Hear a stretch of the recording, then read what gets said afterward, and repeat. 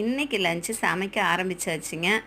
சாதம் வடித்து வச்சுட்டேன், காய்கறி அரிஞ்சாச்சு, கேரட்டும் அவரைக்காயும் போட்டு பொரியல் பண்ண போகிறேன். அந்த பொரியலுக்கு டேஸ்ட்டு கூடுறதுக்காக இந்த ஒரு சைடில் ஒன்று செய்யலாம். வேர்க்கடலையை போட்டு நல்லா இந்த தோல் வர வரையும் வறுத்துக்கோங்க.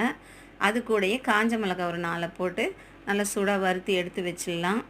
வாணலில் எண்ணெயை ஊற்றி கடுகு உளுத்தம்பருப்பு போட்டு தாளிச்சிட்டு வெங்காயம் போட்டுக்கோங்க. கருவேப்பிலை கொஞ்சம் போட்டு நல்லா வதங்கின பிறகு நம்ம அரிஞ்சு வச்சுருக்கோம் இல்லையா, கேரட்டும் அவரைக்காயும் அதை போட்டு கிளறிட்டு அதுக்கு தேவையான அளவுக்கு உப்பு தண்ணியை ஊற்றி மூடி வச்சுருங்க. நல்லா வேகட்டும். கொஞ்சமாக தண்ணி ஊற்றி வைங்க போதும். இப்போ நம்ம மிக்ஸி ஜாரில் இதை போட்டுக்கலாம். வேர்க்கடலையும் காஞ்ச மிளகாவையும் போட்டு அதை கொரகொரப்பாக அரைச்சிட்டு வந்துடுங்க. ரொம்ப தூளாக வேண்டாம், கொரகொரப்பாக அரைச்சிட்டு வந்துட்டிங்கன்னா போதும். காயில் தண்ணியெல்லாம் சுண்டி போச்சு. இந்த டைமில் நம்ம அரைச்சி வச்சுருக்க அந்த தூளை இதில் போட்டு ஒரு பெரட்டி எடுத்திங்கன்னா போதும். செம்மையாக இருக்கும், நல்ல வாசனையாகவும் இருக்கும், கம கமன்னு பொரியல் செம்ம டேஸ்ட்டில் இருக்கும். இந்த பொரியல்லாம் சின்ன பசங்களாம் சாப்பிட மாட்டாங்க. இந்த மாதிரி வேர்க்கடலைலாம் வறுத்து போட்டிங்கன்னா குழந்தைங்களுக்கு கூட அந்த பொரியல் பிடிக்கும்.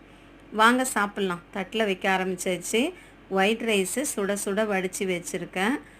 அதுக்கு சைட் டிஷ்ஷுக்கு இந்த அவரைக்காய் கேரட்டு போட்டு பொரியல் பண்ணிவிட்டு அது கூடயே வேர்க்கடலையும் காஞ்ச மிளகாயும் தூள் பண்ணி போட்டிருக்காங்க. செம்ம டேஸ்ட்டாக இருக்கும். இது வாழைக்காய் பொரியல். இதை பொடியாக அரிஞ்சு போட்டு கடுகு உளுத்தம்பருப்பு போட்டு தாளிச்சிட்டேன். சாம்பாரில் காய்ங்கள்லாம் நிறைய போட்டு வச்சுருக்காங்க. கத்திரிக்காய், முருங்கைக்காய், மாங்காய், கேரட்டு, அவரைக்காய் இது எல்லாமே போட்டு சாம்பார். சாம்பார் அப்படியே நல்லா டேஸ்டியாக நல்லா வாசனையாக கமகமன்னு இருக்குது. அது சைட் டிஷ்க்கு ஒரு மாம்பழமும் வச்சுட்டேங்க. சாம்பாருக்கு மாம்பழம் தொட்டு சாப்பிட்டா சூப்பராக இருக்கும். இந்த மாம்பழம் இந்த மாதிரி ஷைனிங்காக இல்லாமல் பார்த்து வாங்கினீங்கன்னா அது நல்ல மாம்பழம். நல்ல கலராக ஷைனிங்காக இருந்ததுன்னா அது கல் வச்சு பழுக்க வச்சுருக்காங்கன்னு அர்த்தம். அதை பார்த்து வாங்கிக்கோங்க. செம்மையான சாப்பாடு. காய்கறி தான் நிறைய சாப்பிட்ணுங்க. சாப்பாடை விட காய்கறியை நிறைய சாப்பிட பிள்ளைங்களுக்கு சொல்லி கொடுங்க. நாமளும் அதே சாப்பிட்லாம். முருங்கைக்காய் சாப்பிட்றாங்க, செம்ம டேஸ்ட்டாக இருக்குது. நீங்களும் ட்ரை பண்ணி பாருங்கள். லைக் பண்ணுங்கள், ஷேர் பண்ணுங்கள். பாய். நெக்ஸ்ட் வீடியோவில் பார்க்கலாம்.